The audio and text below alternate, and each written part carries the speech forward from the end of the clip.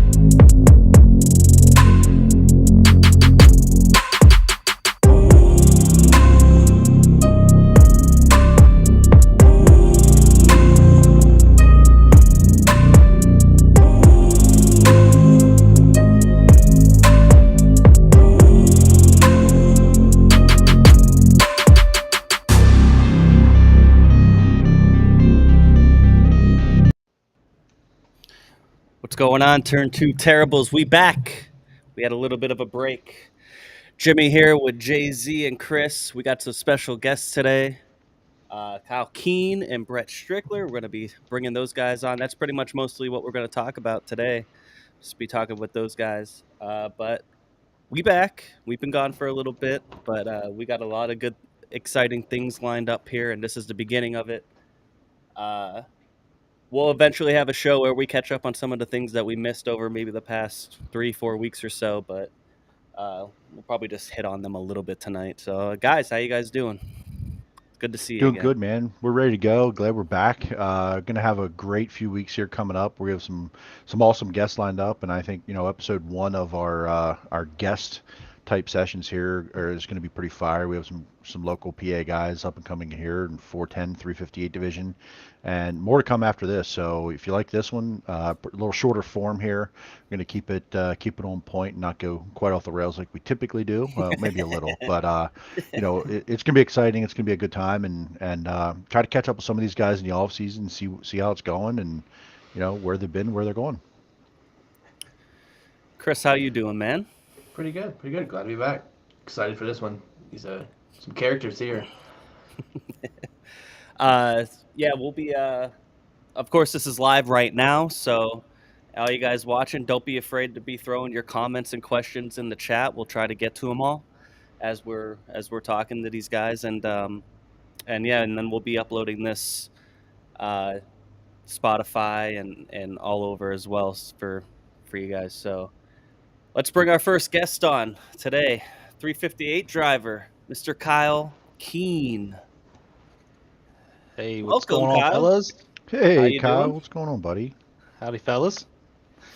I keep updating Twitter to see if the high limit schedule was announced yet. So, as everybody's following along here tonight, we're going to be kind of keeping up with that a little bit. And if you all see it posted, let us know. We're going to try to talk about that a little bit tonight. Not sure where and when, but we're going to try to throw that in here.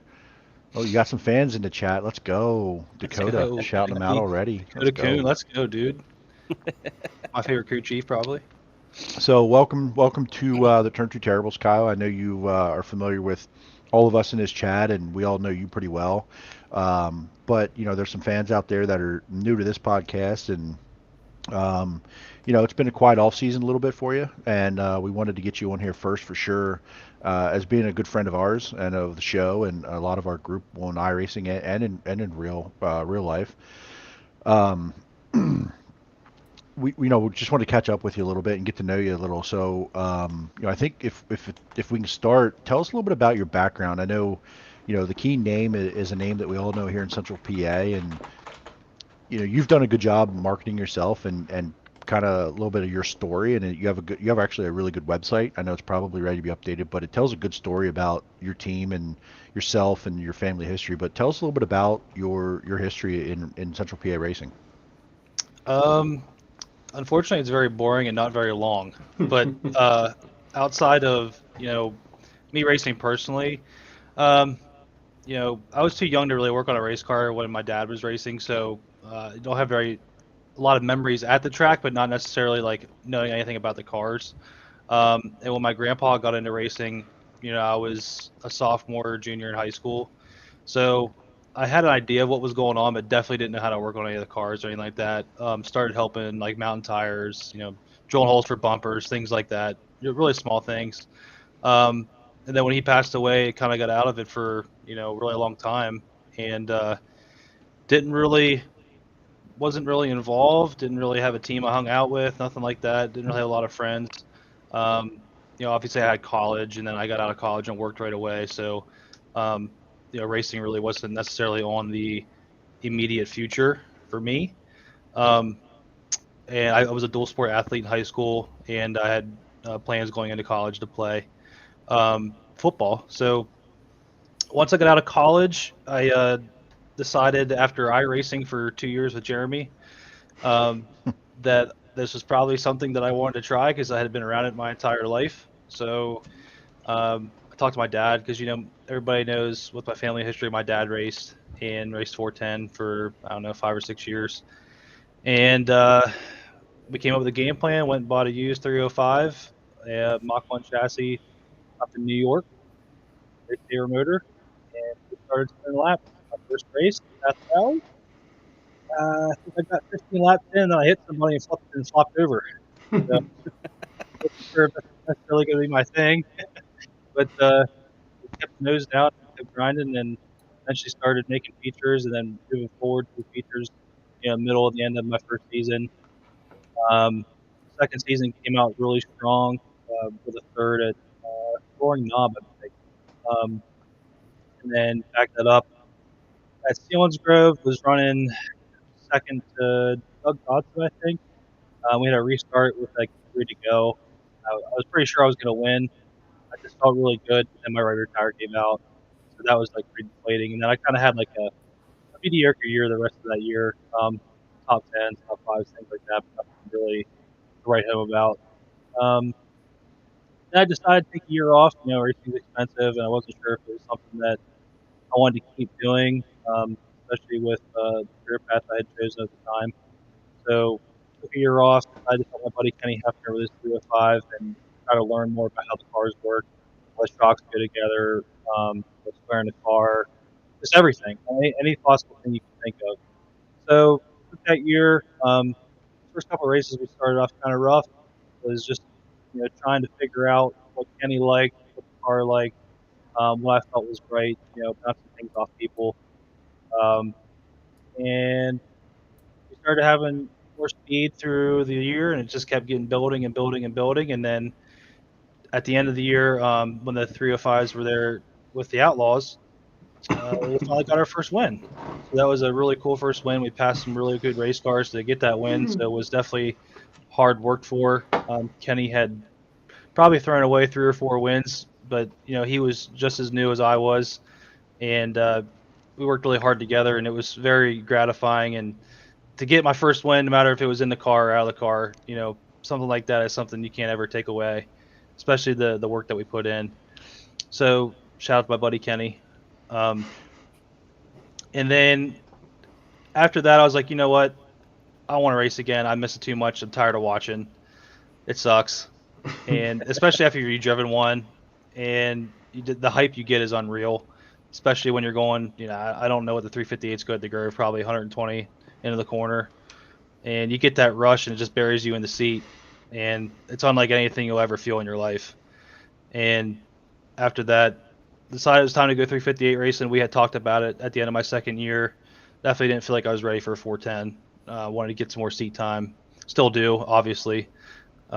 So next year, we're just going to keep banging away to 358s. So I want to go back just a little bit here to that win with Kenny. That night was an eventful night for a lot of people. And a lot of people surrounding you and this group in this little chat here. Just general lucidity.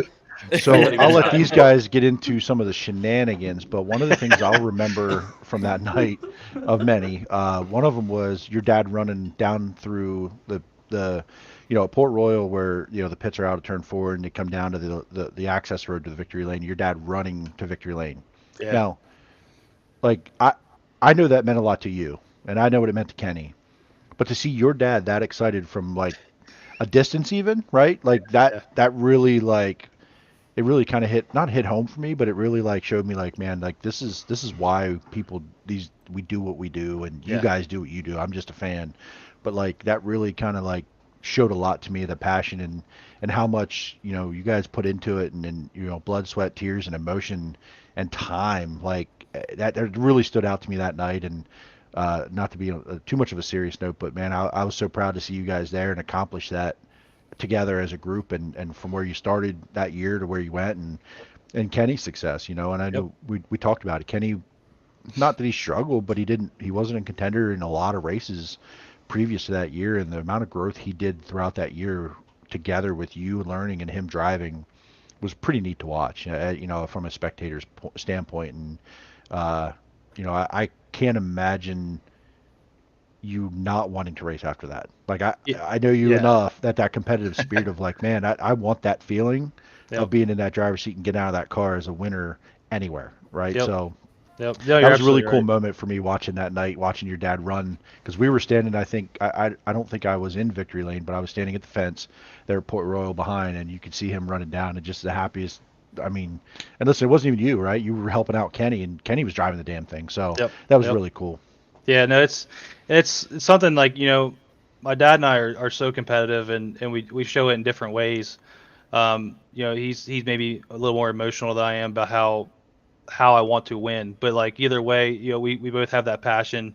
And we want to win really bad, and we want to show up every week and we want to win, even though it's not necessarily, you're not going to win every week. We certainly show up and want to win. If you don't, I don't know why you're racing. But Right. um, you know, we worked so hard all year and struggled and had so many phone calls. Kenny and I were talking several nights a week, trying to understand how to get faster. And every week we just kept pushing and pushing and pushing.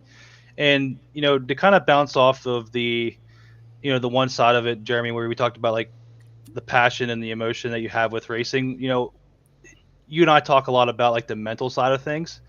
And for Kenny, I felt like it was really good to stay balanced myself, because when he would make a mistake, like he spun out with probably two to go leading at Path Valley. And I mean, like, he was by far hand over fist the fastest car on the racetrack. And he just spun out. And it was a mistake on him, and he was so upset. And instead of being pissed off and throwing wrenches and this and that and the other, I was like, Kenny, it's all right. Now you know what you did. Now let's move on to next week. Let's see if we can win next week now. Instead of trying to make it a negative, let's build on that. Like, hey guys, you led 18 laps, dude. Yeah. Let's finish it off with two more, and we're right there. So the mental side of this is extremely hard on you, especially as a driver. And my dad and Brent helped set up the race car, but I'd make the end call on most of my stuff. And it always makes you sit there and question, like, man, am I ever going to get this? Am I doing the right things? Like, am I ever just going to win? You get close, or you start finding speed and then you drop off. There's just so many things, and the competition at 358s is ridiculous. So if you're not on your A game when you roll out of the trailer, you're going to struggle all night long, because you're racing against guys like Frankie Herr, has been racing for 25 or 30 years. Tyler Brem, Brett Strickler, all these guys have a lot of seat time at these tracks. So you have to bring it every week from hot laps on. And it can be a struggle sometimes, and it really drains you, and it makes you question it sometimes. But at the end of the day, when you have a good run, it just brings everything back up again. And then you want to get back right back after the next week. Yeah, and that those ups and downs are something that I've experienced with you, and got to really see with a lot of guys a little closer. Getting to the photography thing has really brought me a little closer to the pit area than I've ever been as a fan. And from sitting in the stands as a fan, and it's easy to not get invested in people's emotions of it, and it's just like, hey, good night, bad night, moving on. Let's go see these guys next week. Really getting close to you, and again, you and I have talked a lot about the mental side of this, and at the end of the day, none of us are paying our bills from it, right? But we're Right. passionate, we're competitive, we want to win every time we race on the track. But then there's also an expectation of setting expectations of realistic ones, right? Yep. To think Yep. you're going to go out and win every race you enter in a race car is unrealistic. That does not happen. I don't care who you are. It doesn't happen. This isn't like, a quarterback that has won every game in high school and college, right? Yep. This isn't how that works. This is a team sport, but it just doesn't work that way. So, I think those ups and downs are something that I know you've learned a lot about, and I know that being on the crew chief side of it with a driver and learning, saying, hey, I know how I'd want to feel after I get out, knowing no one can tell me I made a bigger mistake than myself. Yeah. No one's going to tell me I screwed this up because I don't know that, right? So, I think it's different. You're more mature, you're a little bit older, you're not 16, 17 years old and having to get a scolding, right? So I think where you're at with that We still where do. do you balance where do you balance that, like, hey, I know I've talked to you about this and managing expectations on, yeah, we want to win every race, but to think that even at 305 division, that's a great division. That's a very competitive division. Extremely competitive. So, and that's hard to win races, right? How do you balance that, managing expectations and managing and wanting to win so bad? How do you do that for yourself? I don't do that very well. I, I think part of it for me is, and my whole crew and everybody that supports me in general is, like, I don't really have that much time in the seat at all. I've maybe had 30, 35, 305 races before I hopped in a 358, and before that I had nothing. And like my first Wait, night, back up. Zero. Never raced a Zero. race car. Right, Never raced in a right. race To the car. point So- of you were so racing 0 to a iRacing 305. with Jeremy. You Yeah. were iRacing Right. with Jeremy, and you thought it was going to strap into a race car. I was Jeremy and then bought a 305. And then At least he's doing it. So So, my like, question thanks, is, why Kyle. doesn't Jeremy have a 305? Did you see I had to turn my camera off, that kid that came in here a minute ago? Yeah. That's why. actually, your 305 is sitting in probably a camera bag somewhere. So That's, You're not wrong. it's You pretty got close. him. You got him. But I think my struggle is, for me personally, I caught on to the driving side pretty fast. Not necessarily what I wanted to feel or knew what I was feeling, but like understanding how to race and where to be, not necessarily on the track, but just racing people. I felt like I picked that up really fast. And then I've always had decent speed. It's not just been killer speed. So I want to work on getting faster more consistently. There's times where I'm like, whoa, I'll have a night at the Grove, like, you're like, holy smokes, like, he looked really good. I was like, my first night at the Grove, I was running 7th. My first night ever at the race at Williams Grove in a 358. And, that builds me up, and I'm like, oh yeah, like, I need to do this every week now. I was pumped that night. Yeah, you guys were there. And, so it builds yourself up. You're like, okay, next week I'm gonna top 5. And then next week you barely make the feature. And it's right. like, or part breaks, or part car breaks, doesn't start, or yeah, right. Right. So to me, I struggle with balancing my expectations versus where I should actually be. I may be ahead of the curve. I don't really know.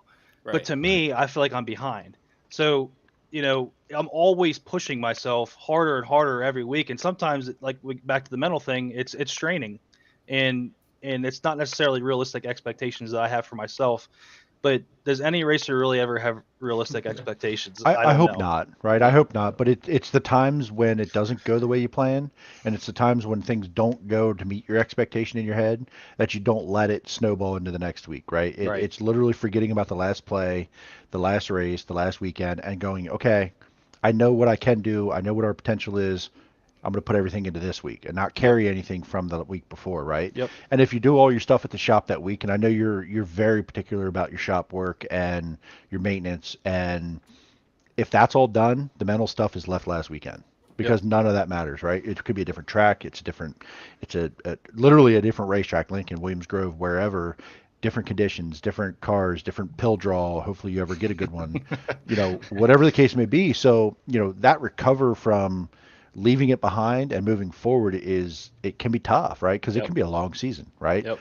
So this past season, followed along, had some good nights, right? Had some nights where it was encouraging, had some nights where you're like, holy crap, this is starting off from the back when you pull, pill number 100 out of 100, right? So those can be tough nights where you have speed, but you can't pass cars, whatever the case may be. So how do you evaluate your 358 first season, the ups, the downs, the what? And I know you said about consistency and have a more consistent speed, but what is it going to take to get that? I think first year I was on track. I wouldn't say I'm behind or I'm ahead. I think I'm probably right where I needed to be. Um, you know, there's a lot of things that we brought over from the 305 side that didn't work in 358s. Air pressures, where your wing angle needs to be, wheel spacing, stagger. These things have more power, so that plays a different factor on the race car, how they react. Um, just a lot of like very little things that we work. Shocks are huge. Had to really get those dialed in, especially across the rear of my race car. Um, you know, Torsion bars, weights, scaling the race car, things like that. Shout out Dakota Kuhn, helped me scale my race car for the first time. I've had a lot of really good people support me in my first year that have a lot of experience. And it did push me towards the end of the season to find like a little bit more of a consistent speed. It's just it needs to happen from the first lap of the first heat race to the last lap of the feature. I have to get through the whole night. Um, so I'm pretty satisfied with my first year. That division, especially at Lincoln, even Williams Grove, those guys have spun so many laps there. You can't make a mistake. Doug Hammaker is going to blow by you like you're tied to a fence post. If you run the top and you should be running the bottom, he's gone. Things like that. So you got to know where to be racing on the track, especially. That's really important, and making sure your car is on point. Right. Jimmy, what do you got? I had a question. I had a Chris. couple questions. Yep. Yeah. So one, I guess my first question would be, Kyle, like how much of taking that year off to be a crew chief do you think that's helped you on the driver's side this past year? Well, where you're supposed to be on the track and what you needed out of the car. Has it helped you and in which ways? Oh yeah, absolutely. It's helped me a ton. It's helped me understand in a couple of different ways. The first way is even just watching the race car on the racetrack. Like I knew what was in Kenny's car when I was watching it. So when he would enter the corner and it was doing something that I didn't like or he didn't feel like felt right to him, but okay, I think this is where we need to be. So then I go out, make a change. It would get better, it would get worse, and then we would just counteract that. So that carried over to like me driving, where I got an understanding of what something should feel like, what just based on Kenny's input and what I saw. So I'm combining the two, and I'm like, okay, you know, the car was too hard on the right rear on the exit of the corner or the middle of the corner. Maybe I need to do something on the right rear of the car. Things like that. That was probably number one. Number two was just how the cars work in general and shocks. I learned a lot about shock numbers, the differences in like motor weights, for example, between a 358 and a 305, affect your shocks dramatically and how the car reacts. So, you have to understand the way the race car works with what's underneath the hood. And that requires different things, different blocks, the whole 9 yards. So, the other big thing I noticed, and this is coming from 305s, was the difference in right rear tires. So the H15 tire that 410 sprint cars, 360s, 305s around this, or 358s run around this area, are super sticky, like on the racetrack. Like they really grab hard.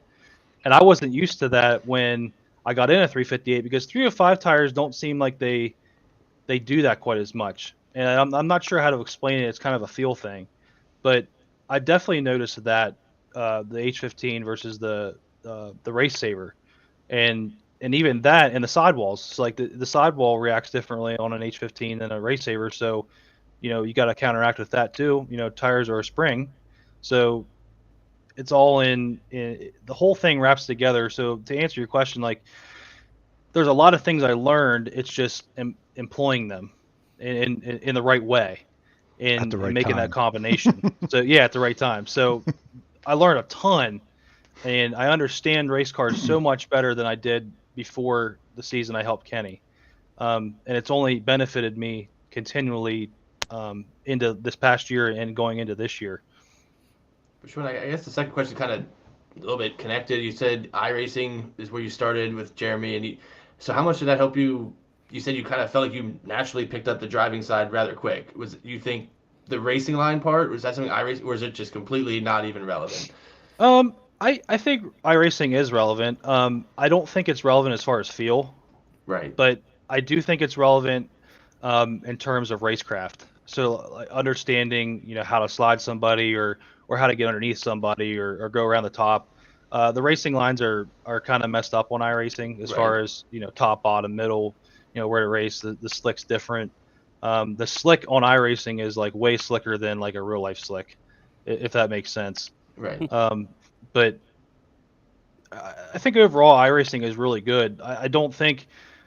I think you're gonna if you're trying to learn to race, it's really good. I think if you're just trying to hone your skill on racing others, I think it's good. I don't think it's good for like throttle control, braking, No, things like right. that. Yeah. And I kind of that's kind of what I was thinking. You said just around racing people, you said you felt like it was more natural, and I was wondering if that's maybe why. And the last thing I had was you said you went to college. What'd you go to school for? What was your career path that you went down to try to I was do? a good old business major. There you go. Hey, So, that pays off. That pays off. It did. Sometimes. Business management. Did 4 years of beer drinking, and That's pretty T2 I've to do. had a couple of very good jobs. So it's paid off. Can't complain. Awesome, Jimmy. I don't know what you have.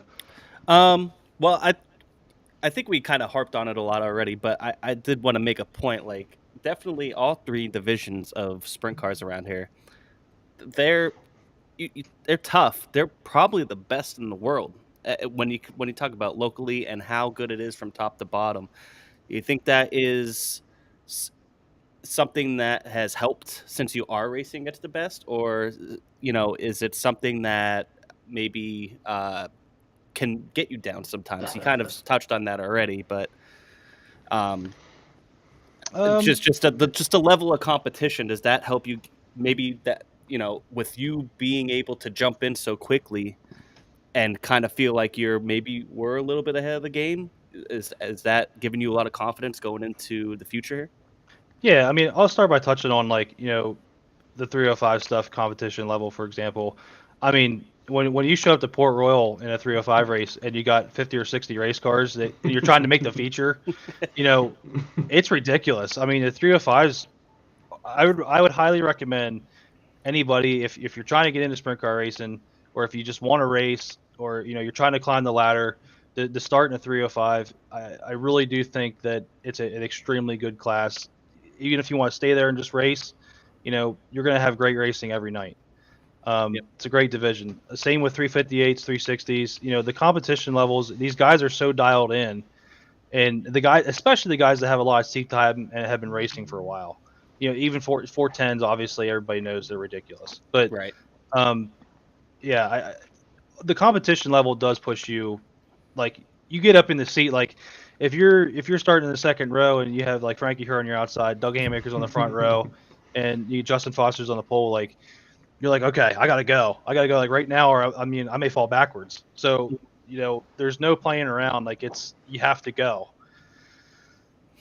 Is there something what was your favorite race from this past season? What was like the biggest highlight that you took away and you keep looking back on and be like, that's it right there? That's a good one. I probably have two.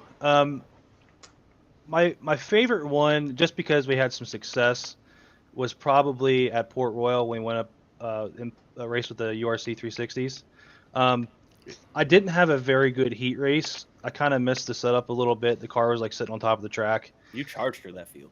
Yeah, and we kind of made some changes for the feature, and I was unhappy with the car, but it was fast. So like, take it with a grain of salt, But like, I wanted to be more left, obviously, but like I felt we were hard right, but it was fast. And like, you were hard right, buddy. I remember watching you through the corner going, oh, he's got to be pissed trying to drive this thing at the first like 6-8 laps, and then I'm like, well, wait, he's passing some cars here. Yeah. Like, hold on a minute. And then by the end of it, it was still right, but it wasn't nearly as hard right. But those first few laps, I'm like, oh, he's going to be pissed. It was like like lifted Oh. my front in the air. Oh, yeah. I was like, uh-oh, we're in trouble.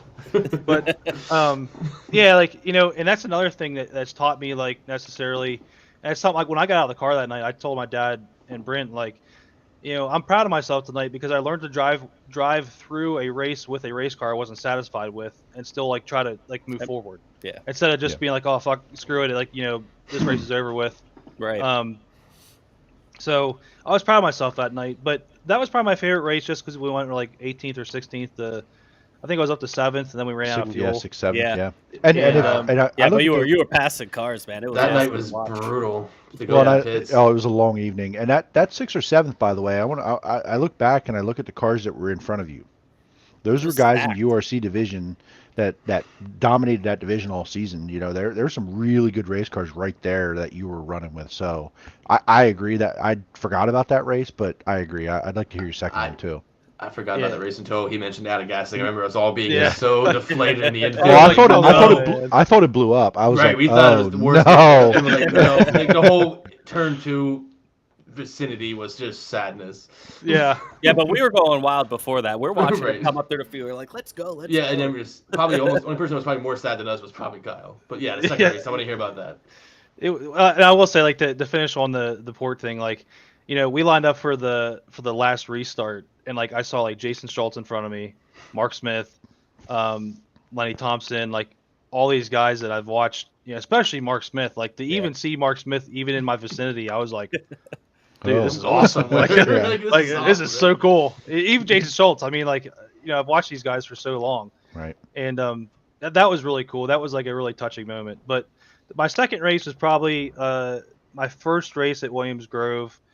Not Dakota. Brett and I lined up side by side that night, 11th and 12th. Cause we made the redraw, and of course we redrew 11th and 12th. So I'm like, of course. What are the chances of that? But so I got up to like 7th or something like that, and I was running really good, and I felt really good, and I was having a really good night. I had a decent heat race. I think I passed. Actually, I started 6th in my heat. I ran up to 4th and made a 4th turn, last second pass for the redraw spot. So that was really cool. And got up to 7th, and then I made a rookie mistake and shoved it in the inside wall in turn 1, and bent my front axle and spun out and made myself look like an idiot in front of everybody.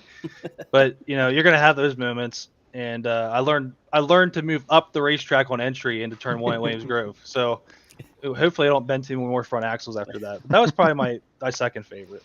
You know what's the common denominator in both of those races is that the turn 2 terribles were all there both of those nights. We were there. Maybe we're good luck. Maybe you guys need to be there more often. And just to tie the bow on that little shenanigan story, we were also there the night of the crew chief win.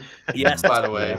We were there in body. I don't know about spirit. I gave Kyle Keen my last fireball shot that night. And so shots were had. I gave my last fireballs to him and Kenny. And I was carrying Chris out of the pit area. That may have happened. We may have lost Jimmy. That may have happened. We may have had another guy named Jay-Z asking where his friend Jimmy was. Jay-Z may have signed some people that day.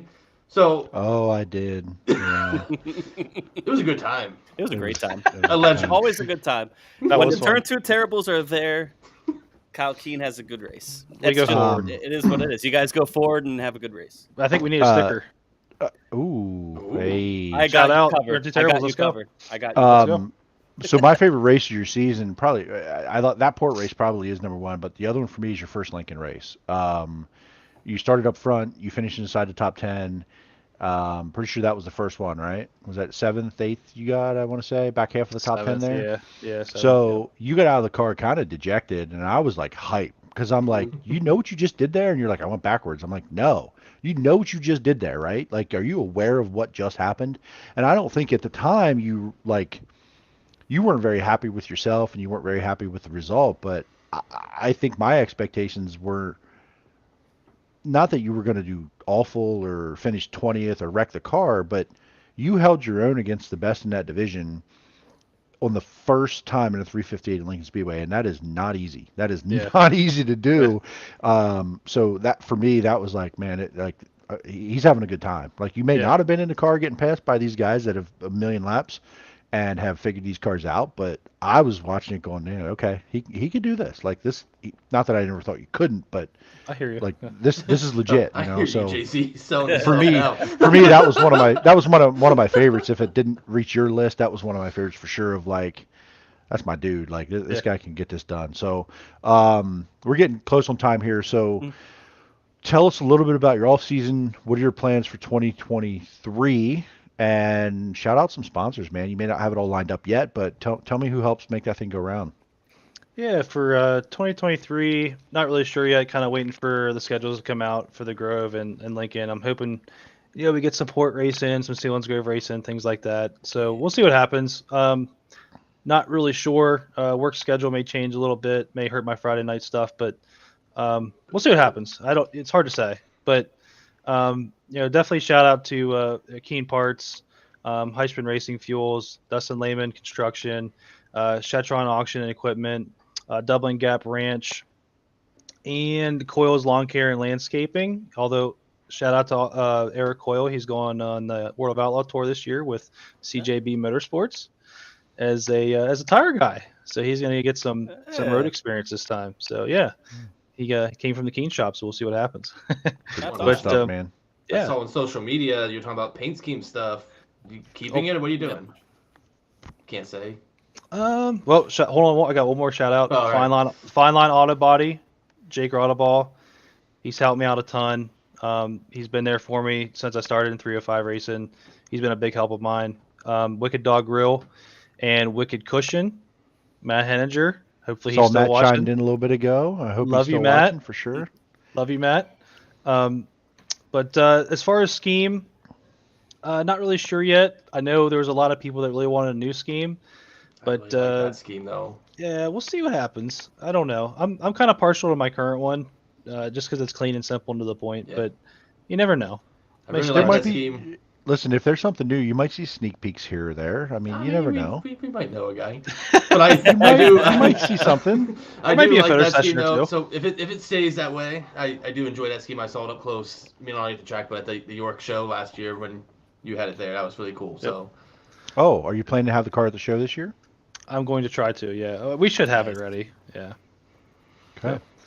Oh, and shout out to Turn 2 Terribles. I believe you guys were there for my first heat race one at the Grove. I guarantee you I was there because I only Yes. missed Yep, one race. Chris was definitely there. I basically lived there.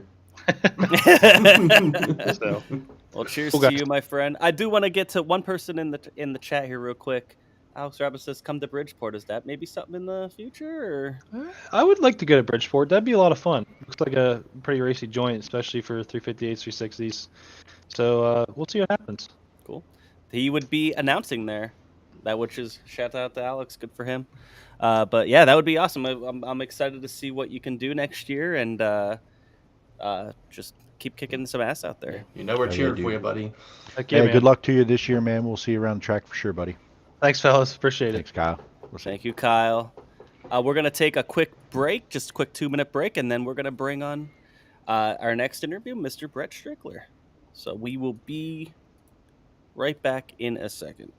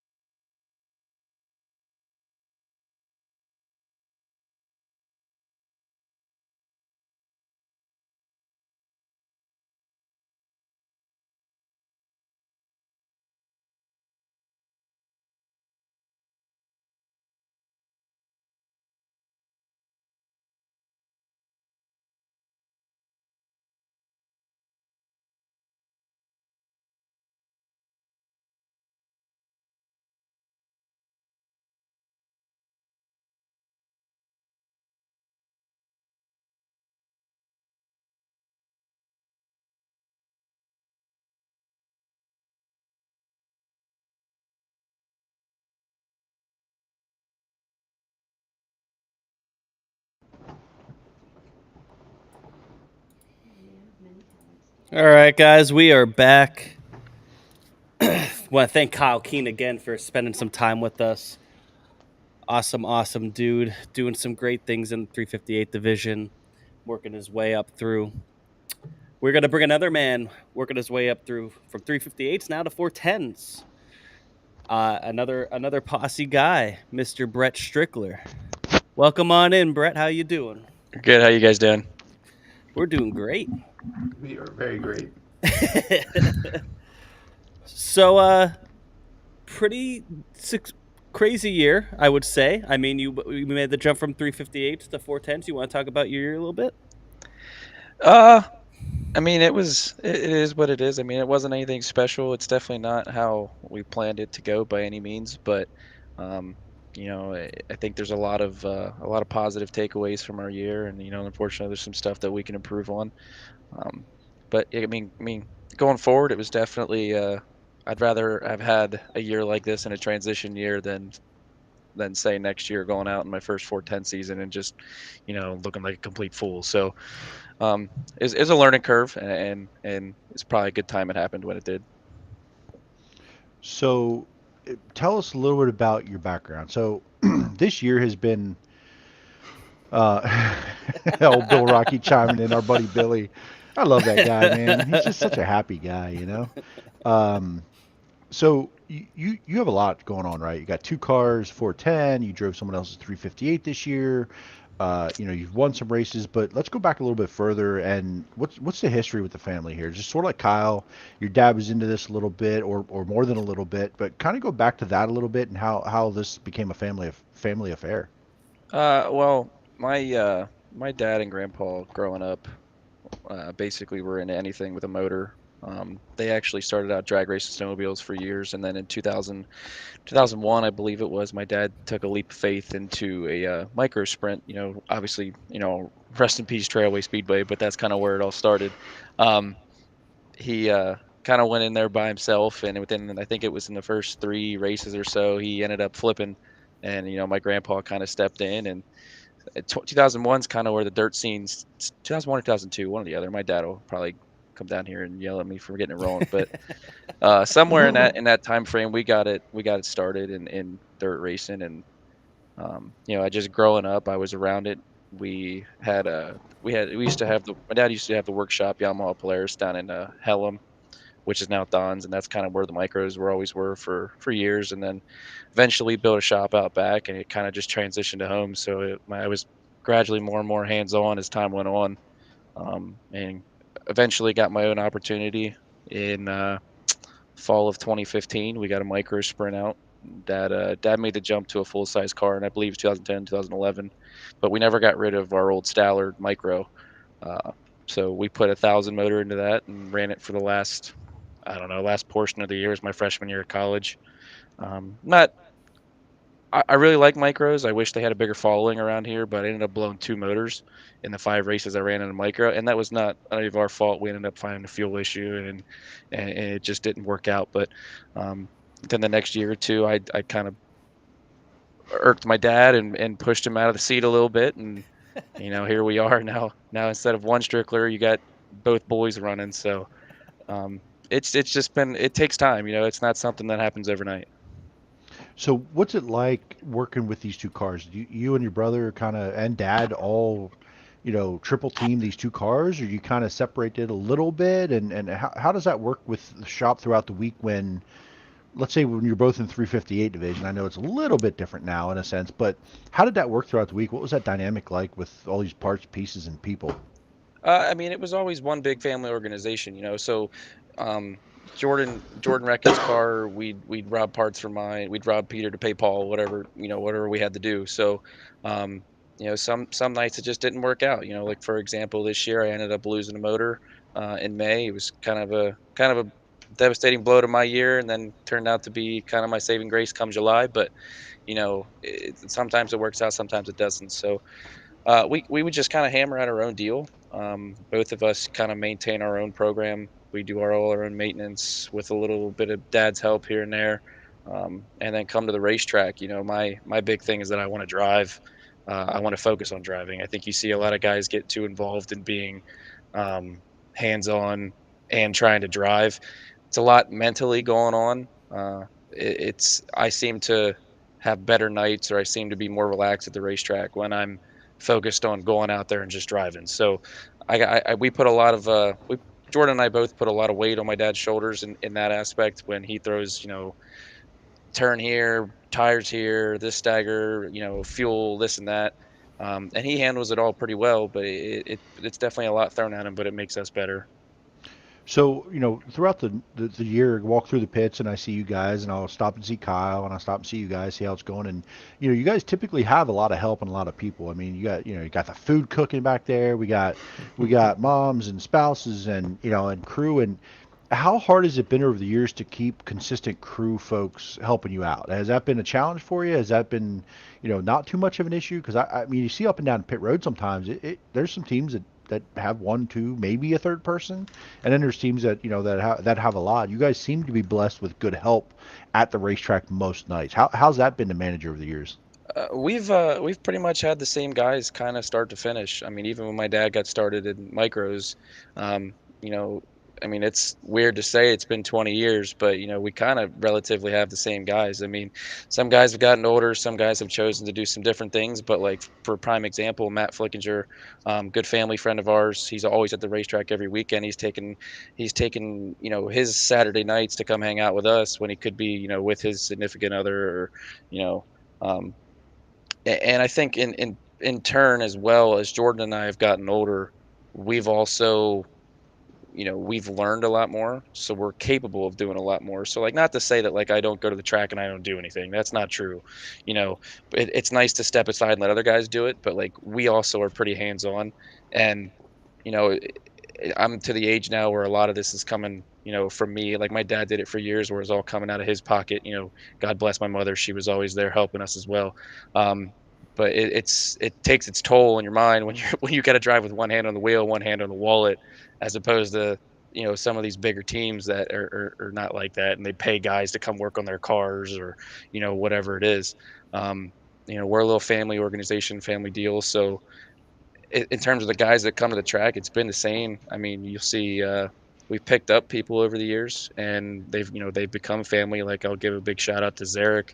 I don't know if Zarek's watching tonight, but he's Matt's woman's son, and he's come in and he's been a giant help to us. He's been nothing but wanting to learn. So we got enough hands in the pot that I think we make it work, and it's not to the point where it's too much. So um, I I think we're doing just well by ourselves. And I mentioned guys that like decide to take time away or step away. Like Barry Mann's gotten older. Chad had his own history and stuff like that. Chad's Matt's older brother. He's decided to take a little more time away from racing. He comes when he can, but he's got other things on his mind, other priorities, stuff like that. So we have the same 4, 5, 6 guys that are there every weekend, if not every other weekend. So I really can't complain. So this season was obviously a trying one, in a lot of ways throughout the year. It turned into something cool here at the end. We'll get to in a minute. But start off the season at 358. Your brother did. You had the engine trouble. Your brother kind of kept going, doing his thing, and in the meantime, you kind of jumped into a little different scenario. Tell us a little bit about jumping into helping out Ron Rutherford and his team a little bit.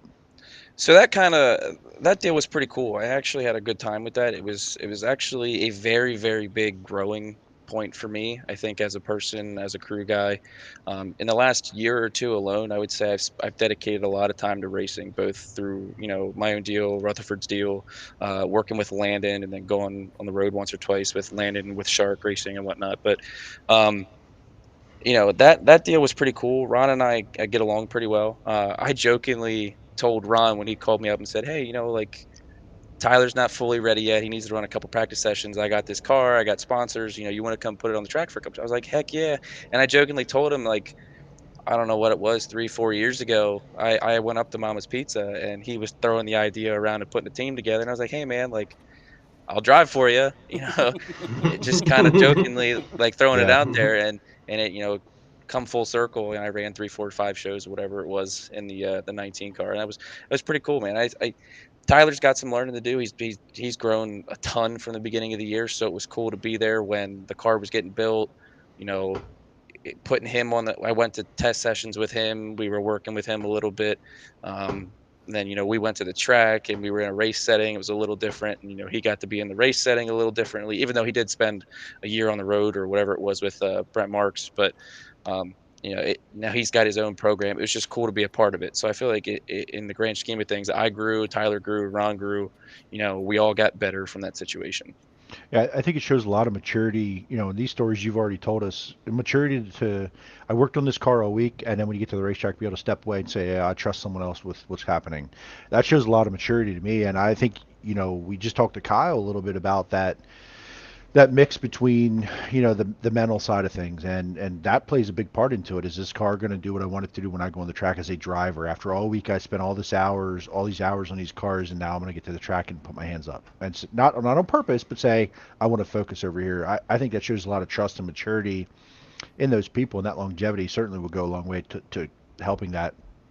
And then the maturity to jump in someone else's car. Yeah, it was obviously you wanted to stay behind the wheel. That mattered, right? And that was might have been the driving factor. But also then to spend your time helping Tyler get up to speed and show him some things and talk to him and review on off track, whatever the case may be. I think that shows a lot of maturity. And you're not an older guy by any means. You're not a kid either, but that shows a lot of maturity, and I think that helps a lot. And I think it shows behind the wheel. Like when I watch you race, and from before I even knew you and watched you race to today, I think you've grown a ton and learning how to do this. So moving into more current here, how did this 410 thing come about, man? What was the opportunity? How did you get this, and how did it all come together?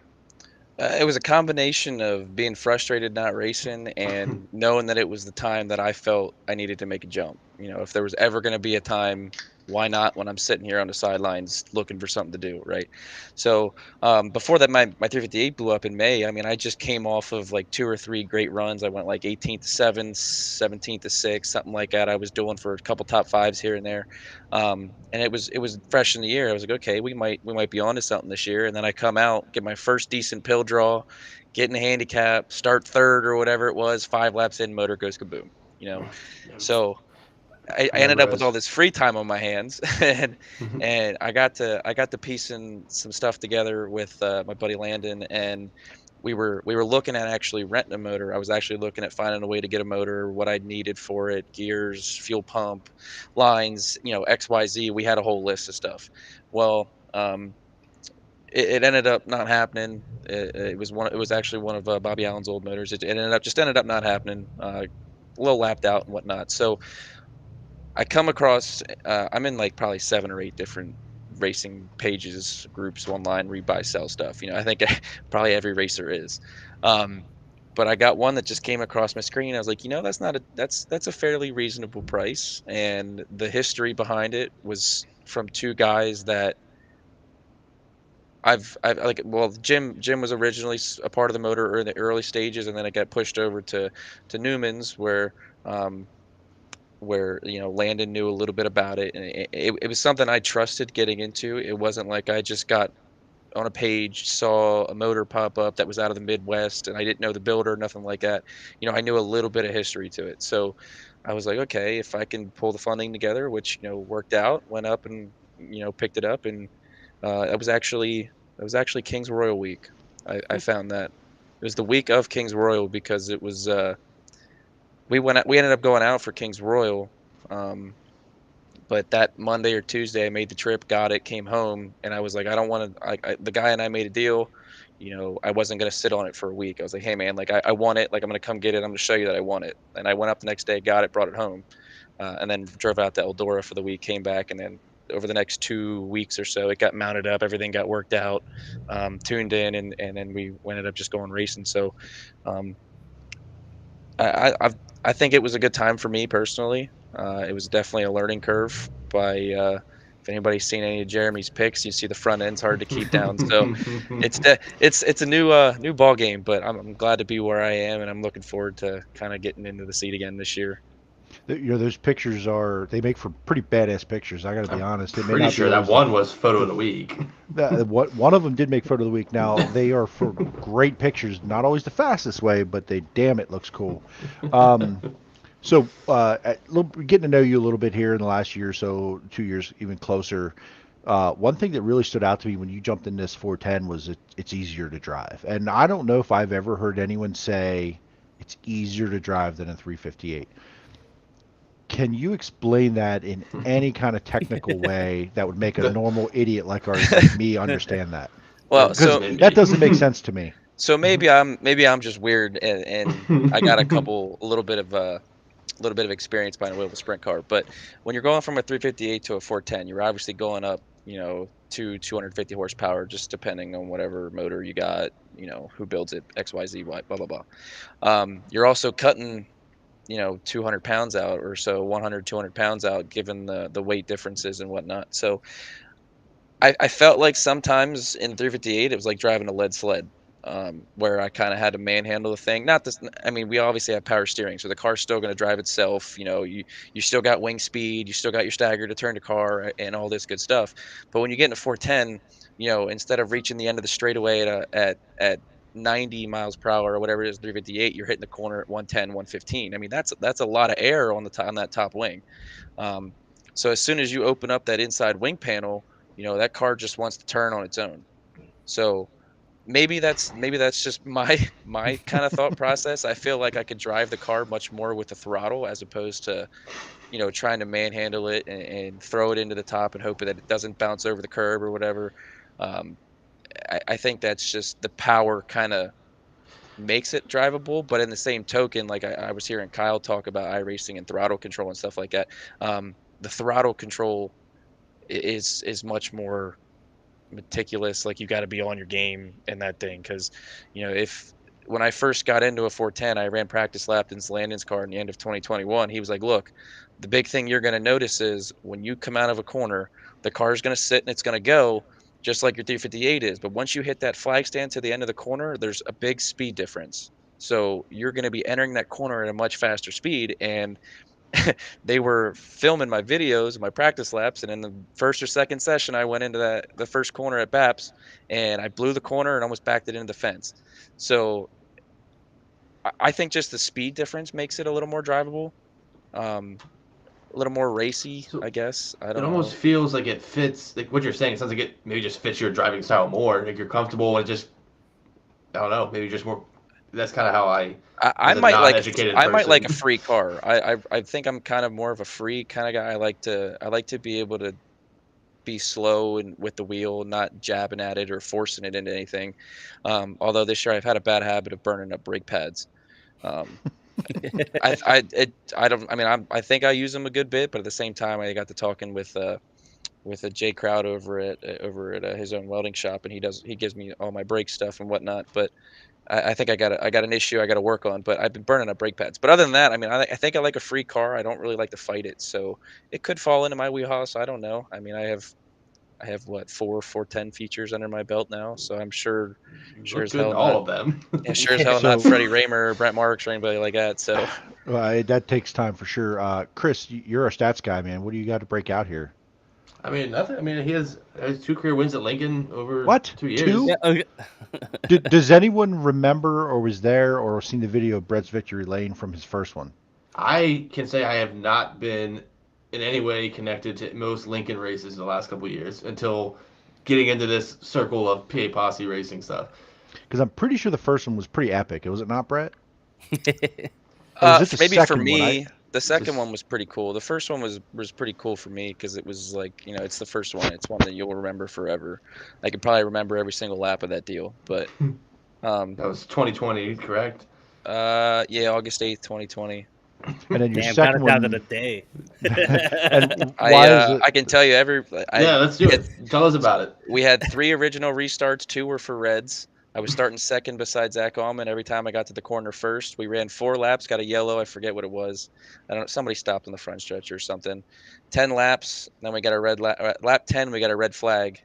Zane Rudisil and I want to say like Matt Finley or somebody rolled over. He just laid it over on his side in 1 and 2. And then we pushed off. There was oil down on the track. I had to run the oil in for somebody. I was down on the opposite corner, but we ran the oil in, and then we went back to racing, and it was 10 laps to the finish because 358's only run 20 laps. lap 13 or whatever, 14, I went into 3 and 4. I actually jumped the curb and almost put it in the fence.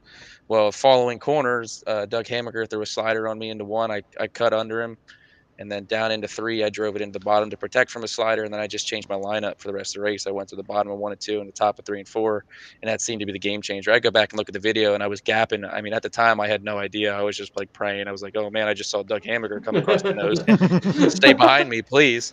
But I changed my lineup a little bit, and then I knew coming to the I took the white flag, and I went into the 1 and 2 on the bottom behind the lap car.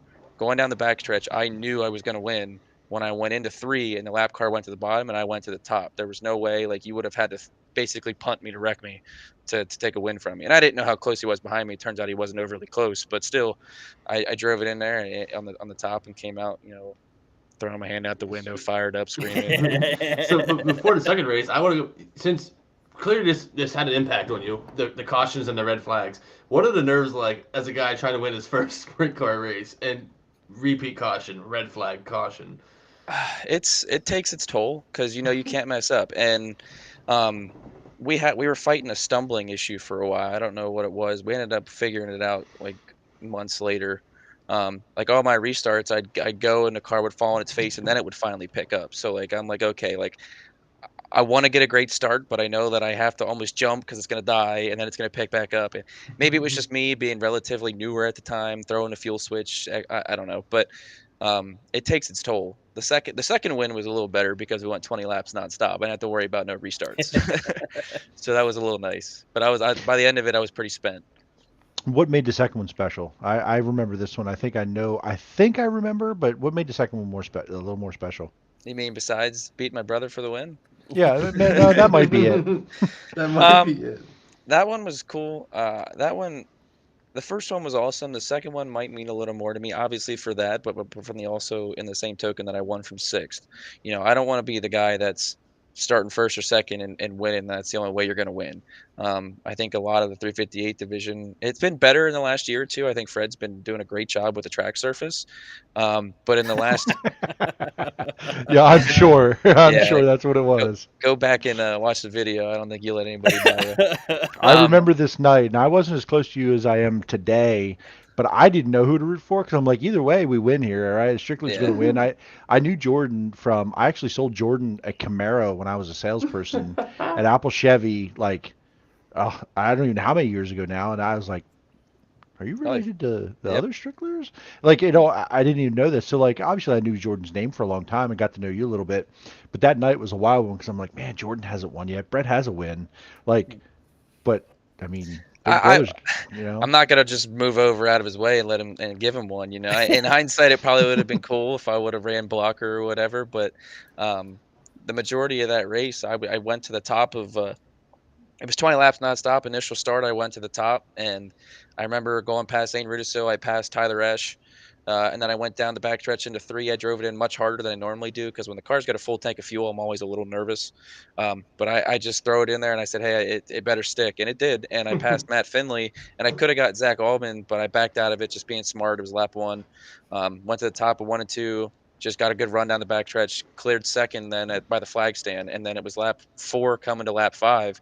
I eventually just ran Jordan down. Well, coming out of 4 to 4, I got wheel to wheel with him down the front stretch, and then just sailed into the top, and the car just backed up and hit the curb at the right point, and just kind of shot me out of the corner, and that was pretty much all she wrote. Eventually, I changed my lineup a little bit, but I mean that was pretty much it. It was 20 laps nonstop, and get out front and just kind of set sail, run away and hide at that point.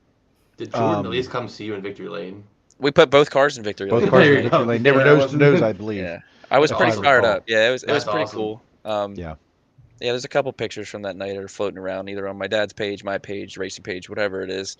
But yeah, it's a memorable night. I think it'll mean something for many years to come to not only me, but to my dad, to my mom, to Jordan, to see kind of to see all of our efforts kind of come to fruition. I'm sure it probably would have been a little sweeter if there was another Strickler in the win column, But for the time being, it's I'm winning that. coming. Yeah, I'm winning that battle right now. I got 2, Dad's got 1, Jordan's got none. So I just looked it up. He says it with such a grin. Like that's just such a brother thing to do. I know. So- We go at each other all the time. Don't worry. What's the think it age would be difference cool if you between you guys- two? I'm 26 and he's 23. He turns Okay. 24 in April. So he should win a race this year, be on pace with you, right? Right. When you were 24, so he's due. April Hey, what? I have a birthday in April. he's almost an April Fool's baby, the second. I'm an April Fool's baby. Leave me alone. That explains a lot, actually. It does, It Yeah, doesn't does it? does, so. explains so much. Yeah. Jimmy, I'd what like you to. got for? I'd like to see Jordan getting a win column. He got to I get him want to to run see the you curve a guys little bit. win the same night at 410 358 suite. That'd Oh, be pretty. could you epic. imagine that? I might party? retire. Yo. Jay Z That'd be better be in awesome. victory lane that day. Yeah. Oh man, if I'm allowed to be, we'll see. You know, You better break the fence down. Go ahead, Jimmy. Well, speaking of 410s, what's your plans for next year? I mean, you bumped up to the 410s now. We're gonna see you at some bigger shows, or you're just gonna kind of maybe run one track. Well, what's the plan? As of right now, I don't have anything set in stone. I mean, like I was listening to Kyle's deal. We're kind of waiting for schedules to come out, and I did send you guys a chat when this thing first started. The High Limit released their first 3 shows. Yes. They're all the Midwest, so I mean, it's not.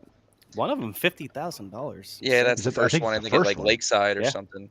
I don't know. I mean, my dream's obviously to win 410 racing. You know, whatever it is. It doesn't have to be a big show. It can be a local show. I really don't care. I mean, you can't take away the fact that I went out and won in a 410 sprint car Absolutely. at one of the biggest tracks in the country. You know. Yeah, but Um, we brought it up with Kyle too. It's the toughest local division Yeah. in the world, probably in sprint cars. We don't really have anything set in stone. I'll tell you that I have my 410 motor. It's torn down. It's getting rebuilt by Jim over at Travis Racing Engines at his new place. So I'll have that come March, April, whenever we decide the race. I'm not coming out in February. That 2-day icebreaker show is nonsense. It's way too cold. Not doing it. I do have my dad's. The 58's my dad's.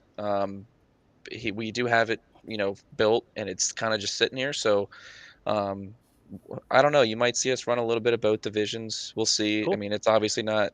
I mean, it's a lot of work for 1 or 2 guys to just keep turning motors back and forth in the middle of the year. But you never know. I mean, 358 puts up a couple good shows when there was $2,000 to win, $15,000 to win, whatever, or 1,500 to win.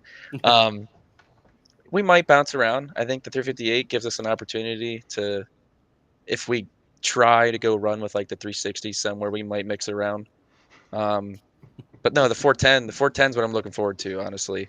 I was just gonna ask what Billy Rocky just asked there. Are we gonna see a Mark Strickler sighting in a race? So car there's some things going on. I don't know about that. It has not been a topic of conversation. I don't know nothing. I have the car that's sitting behind me here. If I point wherever I got to point here, the other way. That Yeah. way. There you go. that's my Maxim. That's my Maxim. That's my 410. That's my car. I was running Dad's Triple X for a while. That's the one I pretty much destroyed at the beginning of 2021, and then scrambled to build this car. But no, we have 2 frames. Jordan's also working on getting another one, so we're gonna have equipment. It's not like we're not gonna have equipment to race. But we're all gonna be tied down to our jobs and home lives and Sure. the expenses of racing. Obviously it catches up to you after a while, and a lot of people don't understand that. And normally when my racing season ends, beginning of October, end of September, whatever it is, I don't touch my stuff till pretty much after hunting season. That's my just me. guy. I don't know. I mean, so you just got to take time away. Everybody's Right. I don't know how. I would love to do it one year just to say I've done it. But when you do 80, 85, 90 shows like Danny Dietrich or Brent or Brad Sweet or some of these guys doing it, like how you got to get burnt out. There's no way you don't. So It's crazy seeing some of these guys. Not only are they doing that, but they're all going over to Australia now. Like, what's your off season? What, Thanksgiving? Like, Well, it's insane to see. I'd look at that as a vacation personally, because Right. Go But over you're there. still going Right. over and running. But you're going Yeah. over, but I think like Brett said earlier, it's almost like you go to Australia. You're going over there to just drive Jump the in the seat. car. Stay sharp. Right. Right. Yeah, Yeah, they're- I look at a guy like Danny. You talked about that, about the amount of races he runs. And then they have Racers U Sports Warehouse. He works on that car a lot, right? He's hands-on with it. He's doing a lot. Like, that's a busy guy, and I can imagine that would wear on you no matter what level, right? Like, there's a lot going on there, and between the shop and the track. So, I did have a one other question. It's completely gone. So I'll just move on from that. Um, who do you have to thank to help that thing go around? I mean, I saw Billy Rocky chime in there. We know Billy Rocky. Talk a little bit about what he does, and who helps the car go around the track, man. Yeah, I mean, besides the guys that come to the shop and the guys that work on the crew, work crew for me, we got a lot of great help in our corner, and I'm very thankful for it.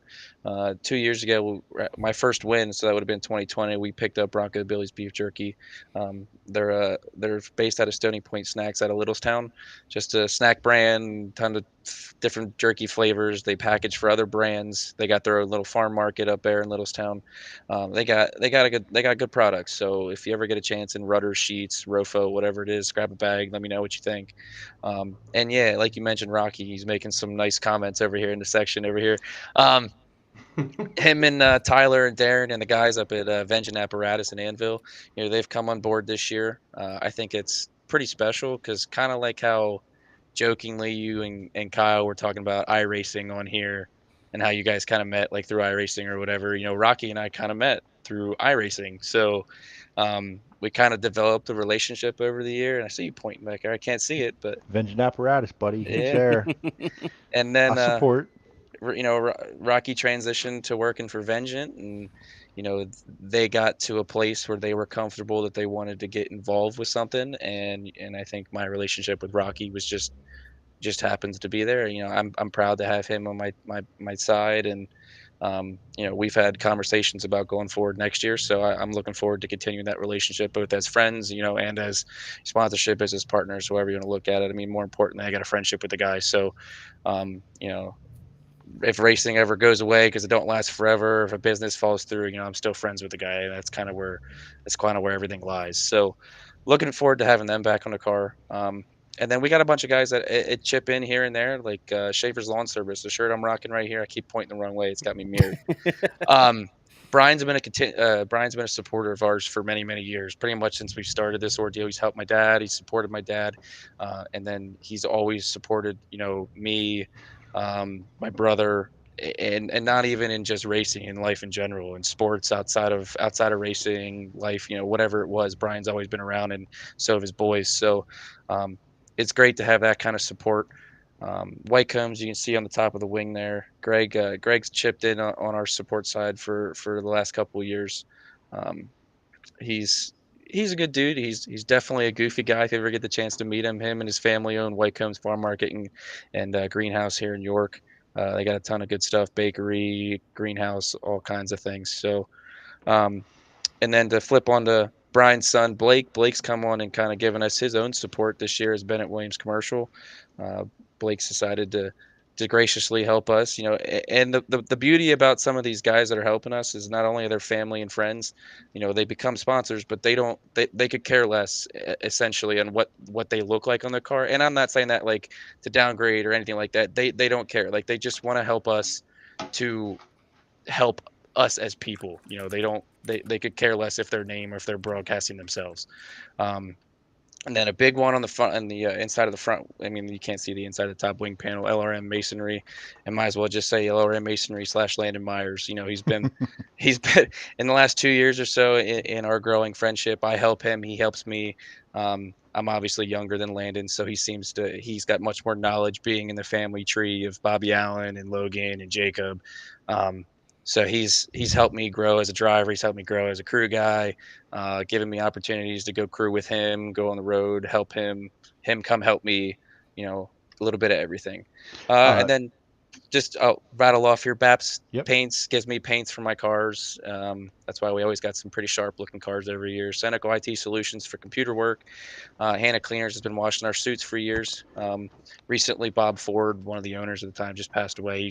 His son used to race with my dad. So rest in peace to Bob. We'll miss him. And then my power plants all come from Jimmy Travis. So hopefully we can show that we got some speed, and we'll attribute it to a lot of our own efforts and the fact that Jim gives us a reliable motor. You touched on Landon Myers. Sorry, Jim, I'm going to interrupt you real quick. You touched on Landon a little bit, and I know you and Landon are close, and I got to meet Landon introduce myself to Landon for the first time this year. Got to talk to him a little bit, and you know, he just seems like a genuine, upfront, just a fun dude to be around, friendly, open, whatever. So that's a cool friendship, and um, I always root for Landon whenever he's on the track, and getting into photography a little bit this year, make sure I get photos of his car for him, and just want to do good for good people. You know what I mean? Like I think Landon's one of those guys, and that's a cool little friendship you guys have, and he has some neat connections to the industry a little bit, and to help you. He's like that player coach kind of thing. You know what I mean? Like he gets to drive a little bit, but he's also out there with connections to something bigger than himself, and and to help you along in your journey a little bit. So that's a cool little friendship. He's going to have some good opportunities this coming year. We've done some talking. He's going to do a little racing. I won't reveal what he's got going on, but he's got a ton of stuff coming. So I'm looking forward to being a part of his racing year, as well as him being a part of mine. And like you said, he's a good dude. He's not a talker a lot of the time. So when he gets to the racetrack, he means business. He's much like my dad, where maybe I'll talk with you, I'll chat with you a little more. But he's a good guy, especially when it comes to racing and helping me, and then just outside of it in general, helping people in life and being generous and all that good stuff. So yeah, I look up to the guy. Glad I got a good friendship there. Awesome. A couple more questions for you. And there's some rumors flying around here in the chat about your paint scheme for 2023. Blue and gold card? I've honestly given it no thought, to be honest with you. I don't know. I showed you guys before we actually launched this whole deal. I brought down my little camo die cast. I thought it would be cool to bring back some orange and camo from 2-3 years ago. There you go. I don't know. Jordan and I kind of we don't really have like any set agreement in what we want to do. We just kind of came up with the idea that, like, okay, we're both running, as Stricklers, first year or two, we ran the camo car. We tried to flip a couple things, and you just couldn't tell them apart. So we changed the last 2 years. We went the same design, just color swapped it, and it seemed to work out. We might see something similar this year. I don't know. I like my orange. I personally like my black, white, and orange. I just need a design or something to go along with it.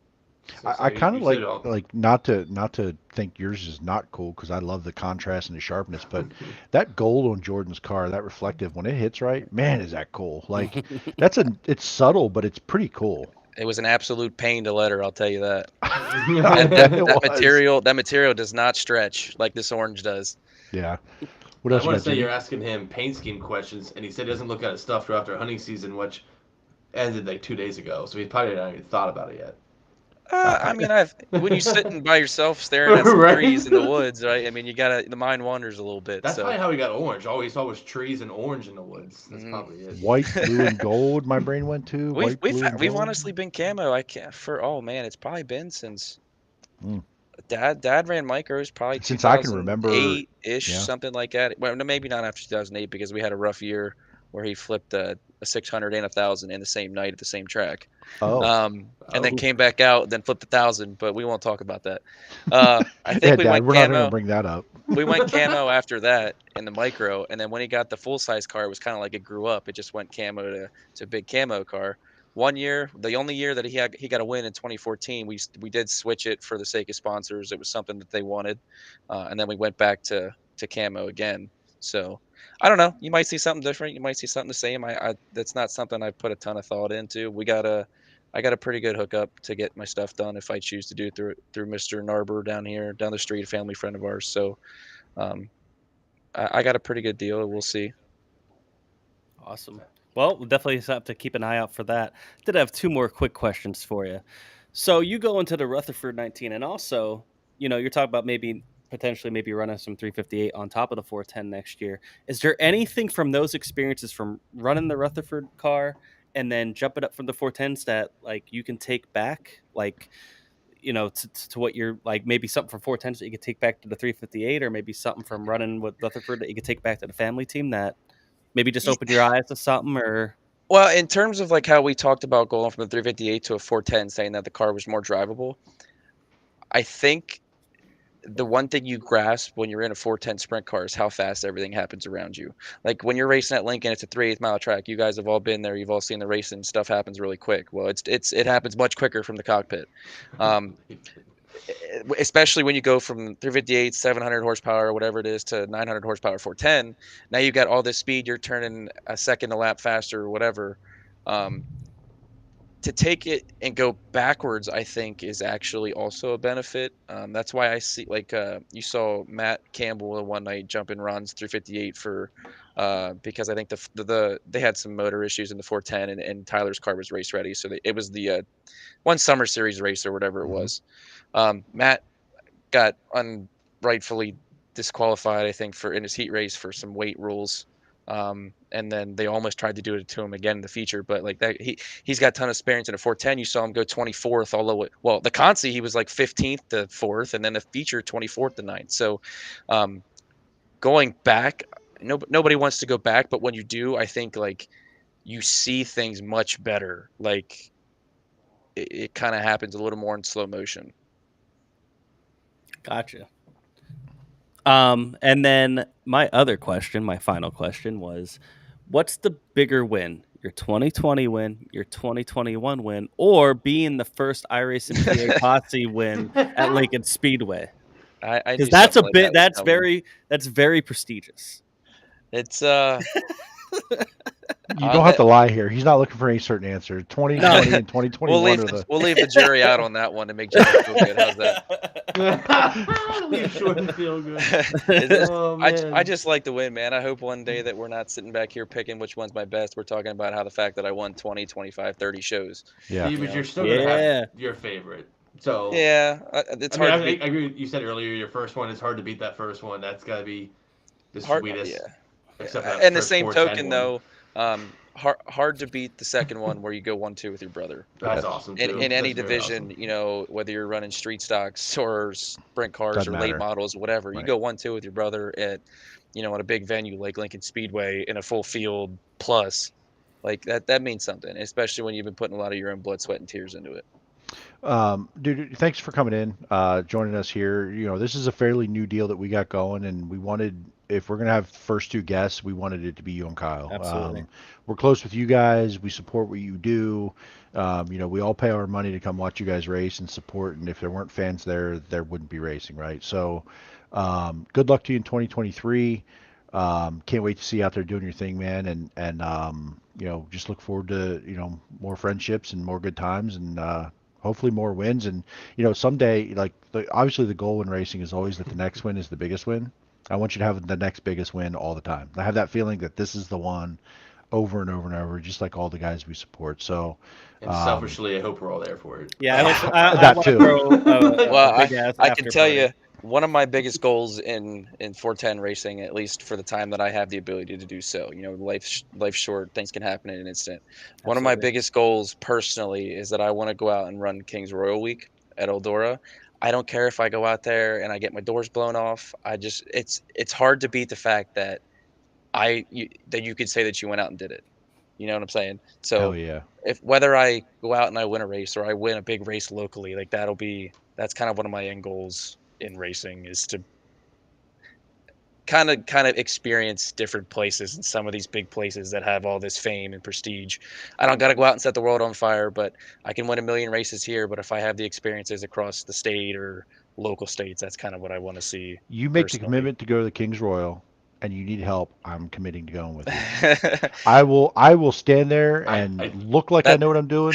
See, Brett, more than you know anybody. If you go next year, FDS would be there to help you. Look, that's just a goal of mine. So we'll see. He even just said, hell, if you go out to Eldora one year and if I can be there, I'm buying you a tire. All right, there you go. You got. Get ready to break out the pocketbook, because so hopefully there's tires to buy. They broke out a new tire at PRI, and I heard rumor that they're going up price again. So we'll see. Well, of course they are. Why wouldn't they? You have to buy them within the year. Next year, man, that's one of my end goals. Obviously, I want to win races, but I'd also like to experience some different stuff. So we'll see. That's awesome. Awesome, brother. Well, good luck to you. It's been awesome talking to you. I wish you the best of luck next year, and we expect big things. So Have you back thank on you the for show joining sometime us. here. Yeah, for I'll sure. try, guys. I'll try. Hopefully, I can put on a good show like the one night Chris and Jay-Z were. I think I ran third that one night. Hell was yeah, nuts, buddy. too. Oh, I was Yeah. jumping around like an idiot. No one knew why I was Like, jumping around in the infield for like what do you mean? Are you like who won that So- night? I so don't even I know don't who even won. know. Matt Campbell won. Right. They probably Yeah. thought I was a Matt Campbell fan, which I'm not. I'm not that I'm not a Matt Campbell fan. I root for Ron and his team and his gig, but like jumping around the infield with like people were like, "What the hell? Like, is this guy's So- an idiot with his camera running like jumping around the like, they And had Was that no the night idea. that I we was were all watching- excited. I was all was that the excited night- internally, man. But when you ran those last 19 laps in a 410 sprint car nonstop, I was beat. I couldn't Worn breathe out. by the time we were that rolling night- across the I'm scales. pretty sure that was the night Jay-Z's like watching the Brent Marks All-Star race on his phone. And we're Oh, like yeah. in the infield. Like, It was a I good think night. we were in 3 and 4 that night, yeah, weren't we? we were Yeah. down there. So there's a trend. Basically, guys do well in T2Ts there. That's what we Well, hey, That's right. That's Show right. up a little more often. That's not turn 2 for you guys, though. You guys still No, have we to- only do turn 2 at Port. Yeah. That's just Okay. Only that's a at port It's- thing. I It's do just want to coming run out. there. I would like to run there maybe once or twice this year. That's kind of another goal. So We will be in turn 2. We'll wave at you. Yes. You can ask Brett Perigo. We, Yes. we do that. Yeah, Yeah. Be right Yeah. out there. You can hear it from the intro. But yeah, awesome, Brett, talking to you. Hope to do Yeah. it again.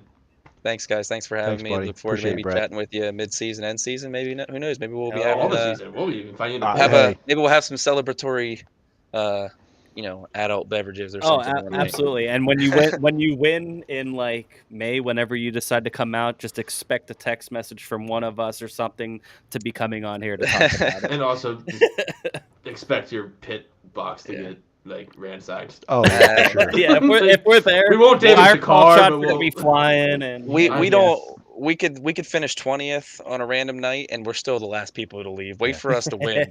Yeah, exactly. You think Lincoln keeps you late now? Yeah. Oh, yeah. Wait till Strickler wins a race. It was bad enough. What was that? What race that, Jimmy? We were there talking to Troy and Brett and whoever Yeah, else was there. when and we were Lincoln- they turned the lights when, off. And we were when trying Lincoln to is walk turning back the across lights the out, track. and They do that to us we- almost every week.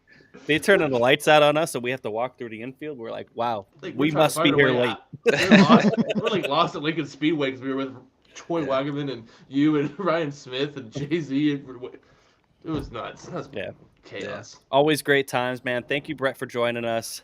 Have a happy holidays, and we'll talk to you next year, I'm sure. Yeah, I'm sure I'll chat with you sometime more recent here. In Oh, yeah, for sure, for Posse sure. racing or something like that. Yeah, So, yeah, Racing yeah. Lincoln tomorrow night. I know you'll be there. maybe yeah. we'll see. Oh, we do have Lincoln tomorrow night. I got work and some overtime, so I got to pay the race car bills. That's yes, right. sir. Yeah, let's do that. Yeah. All right. Thank you, All right, Take it Brett. easy, Brett. Thanks, bud. Yep. Brett Strickler, everybody. Great interviews by both Kyle and Brett. I really, really appreciate them coming out. Appreciate every single one of you joining us. This is one of our highest streams that we've ever had, and all the comments here in the chat and everything. Guys, what'd you guys think? That was fun. That was badass, man. I can't wait to do more of these. If you're watching now or you're listening to this on Spotify, it won't be long. We're gonna have the next group out. We have the next two folks next drivers committed to coming on the show next week, and another 358 driver and a 410 driver here in local Pennsylvania. So we're gonna have a pretty cool lineup. We'll get that out to you soon, and hopefully y'all enjoyed that. If you leave us some feedback, subscribe, comment. Drop us some DMs if you know any of us, the Turn 2 Terrible socials. Tell some friends, man. We're going to try to have fun with this, but get to know some of these guys. For sure. Tomorrow we'll have Spotify. We'll be up and live. We're probably going to split both interviews separately. So if you have some time, listen to Kyle Keynes, give him his time, and Brett Strickler his time.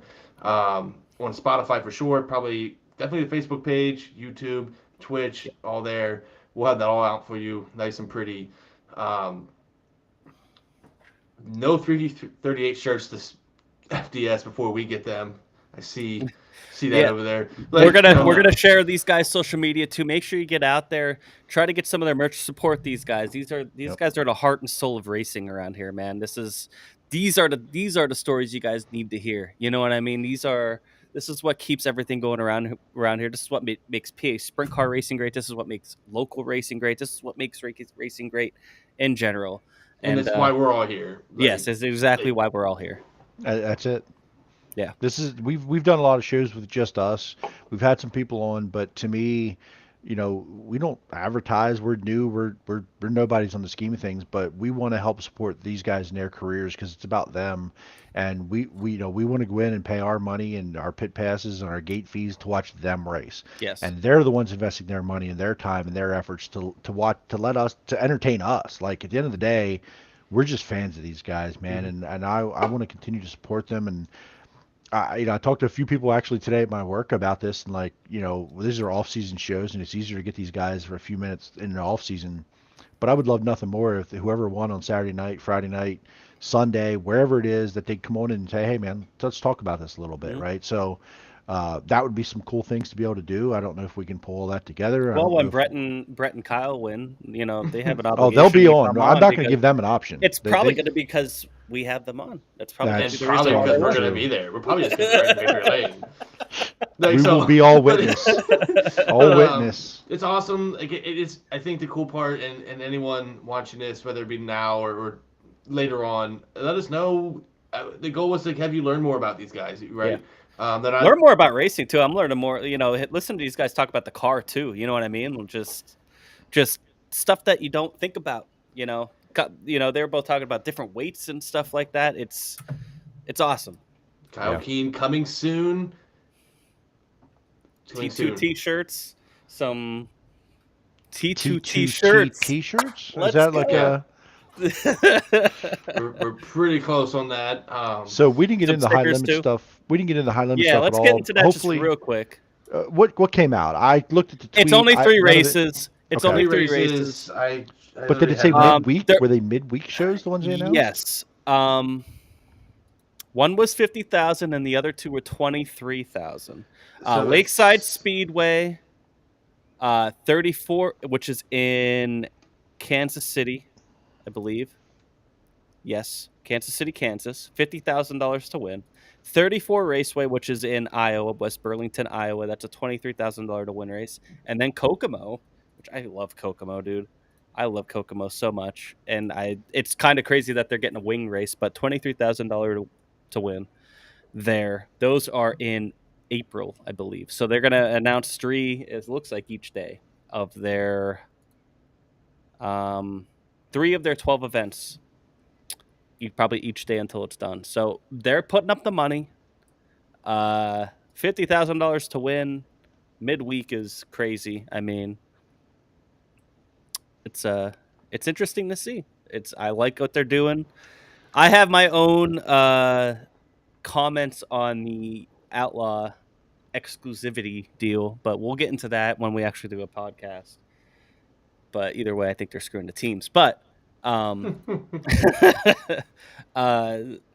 this is cool. I mean, this is cool to see. This is what Sprint Car needed for a while to catch up to the late model division, which pays so much more money.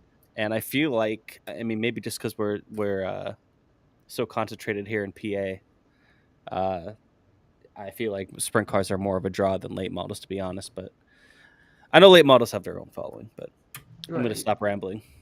What's a late model? What is a late model? What the fucking fender cars? So the concern with high limit, maybe the dates, April 11th, April 25th. Then again, as Brett said, we do the icebreaker in February, so I don't have any room to complain. So no, and their midweek shows, I think that's pretty cool. We know the Outlaws are going to let them run a number of them. There's 12 races. Outlaw guys get 4. I don't think those are the 3 the Outlaw guys go to. That's my hot take. $50,000 is a draw, man. In midweek? Not April 11th. That's my birthday. I'm there. Where is it? April 11th, that's totally a draw because you know how the Outlaw schedule is gone. They basically don't even race until May. The way it goes, because where they schedule them usually is raining out all the time. They're going to be in PA the whole first part this time. I don't know, man. We'll see. Yeah, we'll definitely have some segments here to talk about this. Maybe next week or something like that. We'll be catching up on some of the off-season stuff, looking back, year review, and then also more interviews with the drivers that we all watch every Friday and Saturday night. So stay tuned. Socials Thursday. I think Thursday's the day we're going to launch. We're going to tell you who's coming on next week. Yeah, we'll have something put together for it. I think it's. I think you're all going to be pretty excited about who we got next week. And it's going to be hard to top this first two, but we're going to give it a shot. We'll give it hell next week. And if the other guys top them, then I guess it just means that they come back on and try again. They're going to have to try week 3. We have to just rotate them. It's a battle. All right, guys. Thank you guys so much for tuning in tonight. Thanks for hanging out with us. Thank you, Until Kyle next Keene. week. Thanks, Thank guys. you, Brett Kyle Keene. Strickler. Thank you, Brett Strickler. Thank you, guys. And until next week.